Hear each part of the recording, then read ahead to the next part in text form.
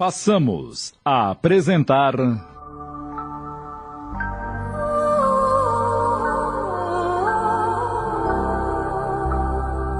Renúncia, minissérie de Tony de França em 20 capítulos da obra psicografada por Chico Xavier, ditada pelo Espírito Emmanuel.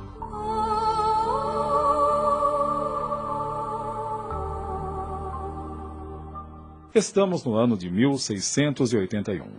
Madalena Villamil mudou-se para a cidade. Os Estigarribias arrendaram sua chácara em Ávila. A educação de Alcione exigia a mudança. A pobre senhora, já prematuramente envelhecida, talvez já buscava as regiões da morte, não fosse pelos cuidados pelo hobby e o grande apego à filha dotada de raras virtudes. A enfermidade dos pés roubavam suas forças físicas.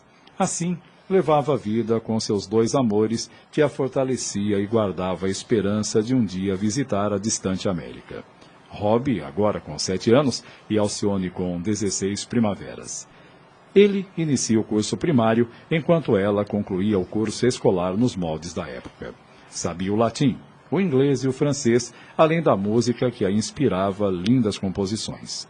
No coro da catedral, ela era a primeira voz e tocava cravo. Certa vez, o padre Damiano, em conversa com Madalena... Madalena, vejo que em Alcione a filha modelo da virtude familiar. Como discípula, sempre teve o louvor dos professores. É uma amiga e companheira afável, carinhosa, mas tem algo que me preocupa. Em que vos referis, padre? Dizei-o. Bem, tenho notado que ela ainda não arrumou um namorado. E tampouco fala no matrimônio ou amor conjugal. Curioso, padre, porque há alguns dias atrás eu conversei com ela sobre esse mesmo assunto e sabe o que ela me respondeu? Ora, mamãe, sempre me pareceu que estes problemas não se resolverão pela necessidade, e sim pelos sentimentos. Uma necessidade atendida pode abrir caminho a outras maiores, enquanto que o sentimento é patrimônio de nossa alma eterna. A proposta de um fidalgo iria satisfazer tão somente as situações exteriores. Não seria atrair o coração que devemos consagrar a Deus? Padre, meu amigo e conselheiro, diante dessas colocações, sinto conforto em meu coração de mãe, mas, por outro lado, Hobby, meu filhinho adotivo, inquieta meu espírito devido à sua rebeldia constante. Ele é o oposto de Alcione. Outro dia chegou em casa num pranto convulsivo que dava pena. E o que foi que aconteceu? Sabe o que ele me respondeu? Mãe, eu não vou mais à escola do padre Damiano. Mas por que, meu filhinho? Os meninos disseram que a senhora não é minha mãe e que eu sou escravo dos portugueses. Não deves dar importância a isso, Hobby. Você é um bom menino, é obediente. Talvez esqueceste de rezar o Pai Nosso pela manhã. Me esqueci mesmo. Mas vou rezar agora mesmo. Faça isso mesmo. A prece sempre alivia o coração.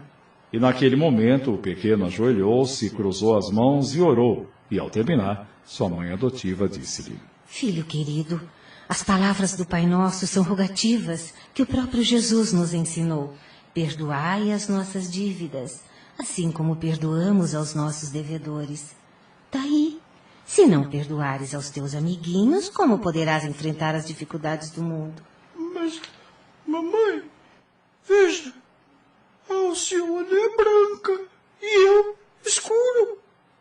Ela tem 5 dedos numa mão e eu só tenho 2.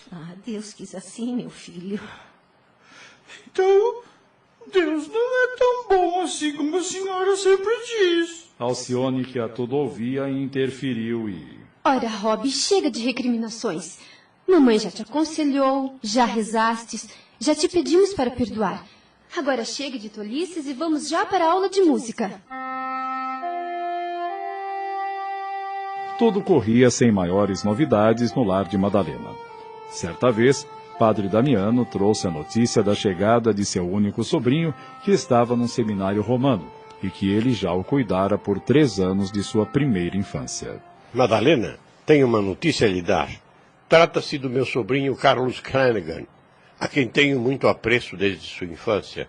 Quando sua mãe, minha irmã, viuvou e a solidão tomou conta dela, nem sua criança, tampouco a religião, conseguiram afastá-la da tristeza que acabou levando-a à morte. Numa carta que ela deixou, expressou o desejo de ter seu filho internado num seminário romano. Legou-lhe uma pequena fortuna para os estudos, e hoje ele é um sacerdote.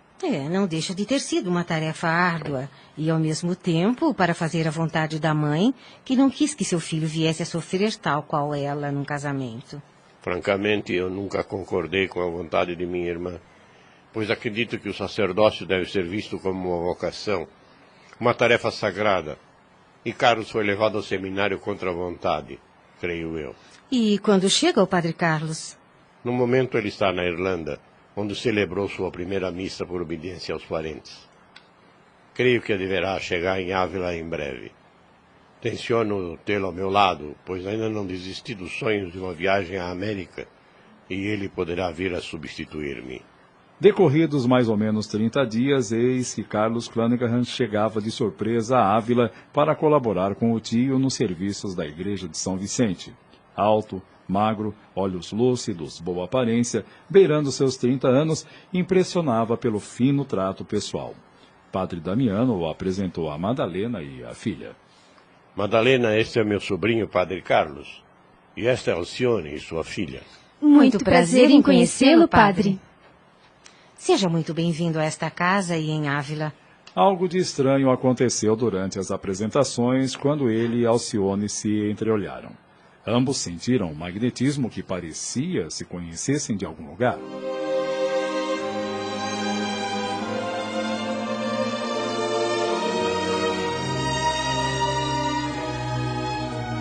Meu tio, estou maravilhado.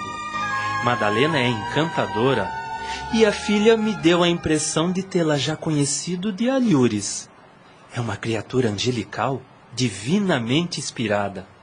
Falava de Sócrates e Cícero com tanta intimidade, colocando cada um no seu lugar à face de Jesus? Que bom, meu sobrinho. Alegro-me com isso. Que bom que ele assim pense. Talvez Alcione poderá ajudá-lo a se firmar em diretrizes seguras da vida sacerdotal.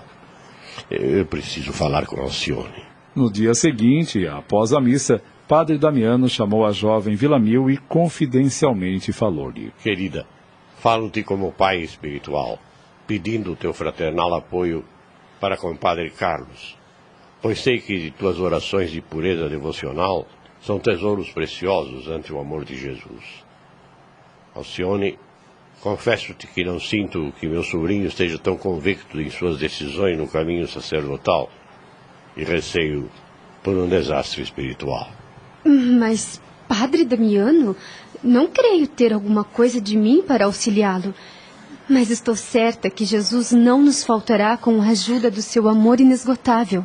Os dias sucediam-se com um discreto júbilo de duas almas unidas no sublime mundo das ideias, mas separadas no plano físico. Alcione era para o jovem padre a personificação do seu ideal humano, mas as algemas religiosas lhe atavam ao celibato.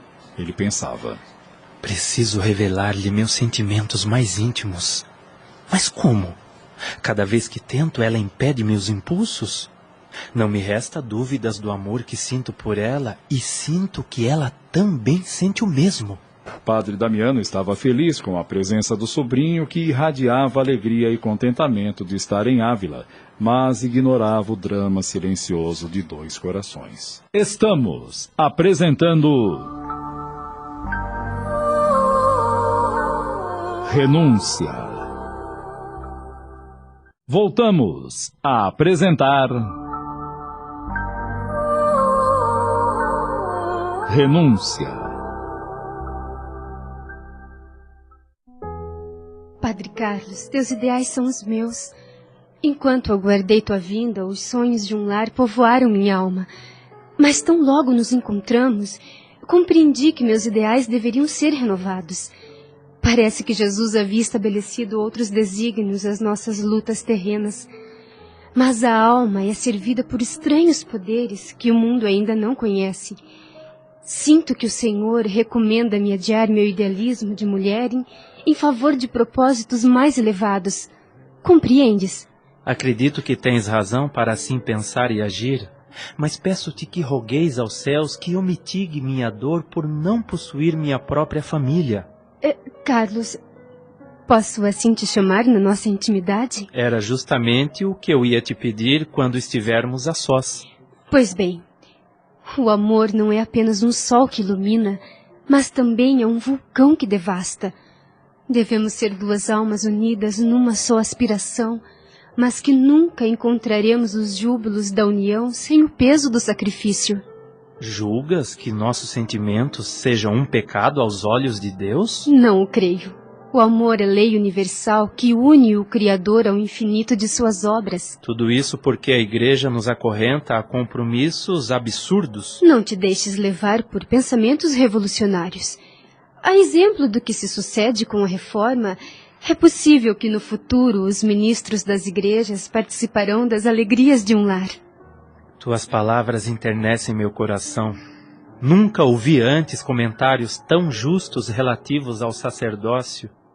Sua inspiração sublime não cicatriza de todo minha chaga espiritual, mas tenhas certeza que engrandeceu aos meus olhos a tarefa apostólica da minha responsabilidade no caminho para Deus. Para Alcione era preciso conservar-se com Cristo, ainda que o mundo lhe fosse adverso. Lutaria contra si mesma até o fim. A luta interna de ambos continuava. Ele, por sua vez, insistia em mostrar seu amor, até que certo dia ele não suportou e disse: Perdoa-me, Alcione, mas o amor me alucina. Tua imagem me preocupa a mente e o coração. Até na hóstia consagrada chego a divisar teu sorriso. Carlos, não procedas assim. Só Jesus é bastante digno do amor supremo. Amo-te também acima de todas as coisas na terra. Mas sou mísera criatura, Carlos. Saibas que também não posso viver sem sonhar com teus carinhos. Concordo com tua resignação admirável, apesar de não participar das tuas virtudes celestiais. Penso que não se nega uma gota de orvalho a uma planta tenra. Concede-me um beijo apenas e serei o mais ditoso dos seres. Como ambos se achavam dentro do presbitério, ele retrucou: Não temas. Os santos que nos assistem são mais compreensíveis que os homens criminosos que envenenariam as nossas atitudes sagradas. Mas estamos aqui na morada de Deus, que é Pai amoroso e sábio. Não posso. Mas por quê? Carlos, o incêndio devastador começa de uma simples fagulha. E que dizer-nos de um homem que, sentindo o frio do inverno na floresta, acendesse uma chama imprudente, ameaçando a si e aos seus para livrar-se do terrível frio? Sou mesmo infeliz. Entretanto, nunca traí meus deveres. Perdoa-me, Carlos, mas não posso dar-te o beijo que pediste. Mas te dou o ósculo de minha alma. Abaixo do céu és o maior afeto, mas entre nós está Jesus Cristo. Confio a Jesus o beijo de minha alma, para que seu misericordioso coração te entregue a minha pobre lembrança. Compreendo. É preciso suportar o isolamento e cumprir o dever até o fim. Preciso falar com o meu tio e colocá-lo a par dessa situação que me tortura dia e noite.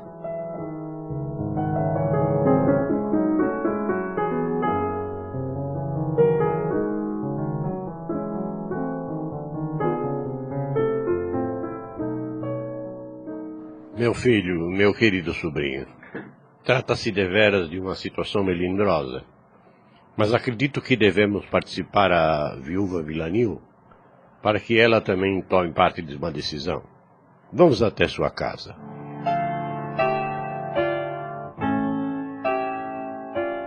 Padre Damiano, Padre Carlos, eu já os considero quase como membros de minha família e a narrativa desse fato me surpreende sobremaneira, que para o meu coração de mãe é tudo muito estranho, pois jamais poderia imaginar que entre minha filha e o Padre Carlos pudessem existir laços afetivos de tal natureza. Senhora Villamil, o que meu tio expôs não passa por enquanto de pretensão minha, pois não existem laços entre nós, mas sim inclinações. Mas, então, Alcione ignora as providências em curso? Sim, decidimos vir até aqui devido à nossa confiança e intimidade, pois não desejávamos resolver tão delicada situação por nós mesmos, quando a solução afetará a todos, uma vez que o ambiente em que me encontro sufoca o coração, bem como o celibato compulsório que a Igreja Romana impõe.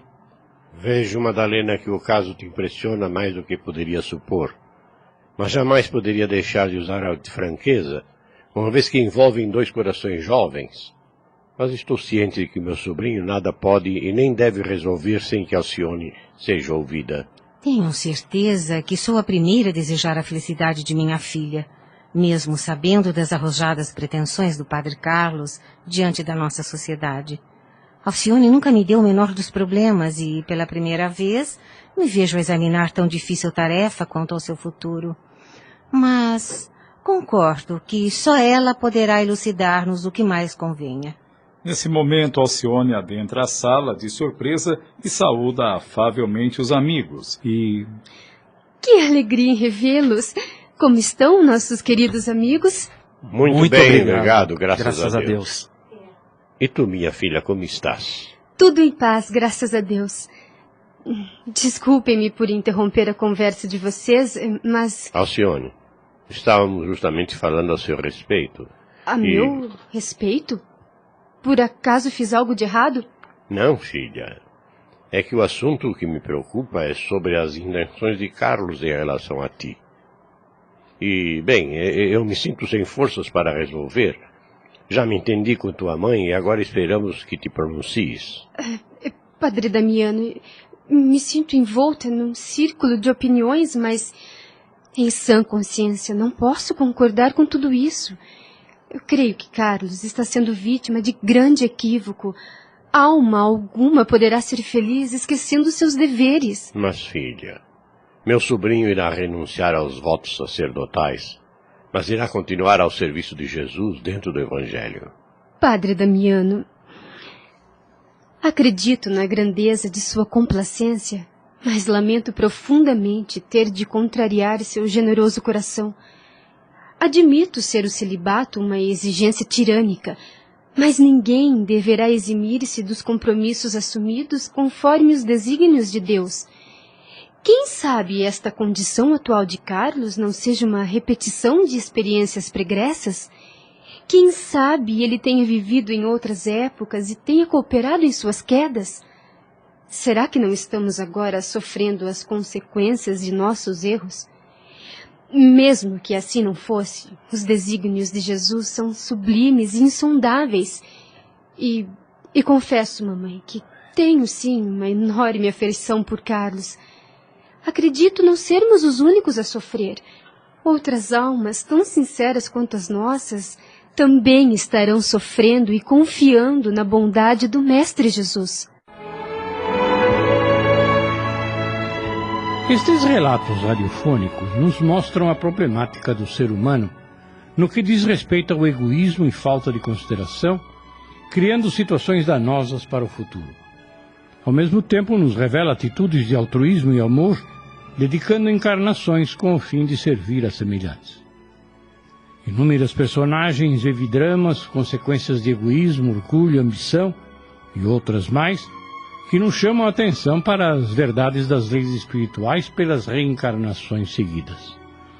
Meditemos como estamos agindo diante dos problemas que enfrentamos e cuidemos para não causarmos a nós mesmos consequências terríveis.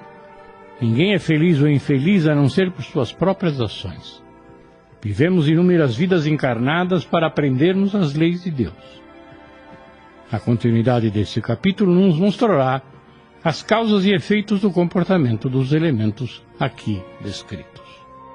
Acabamos de apresentar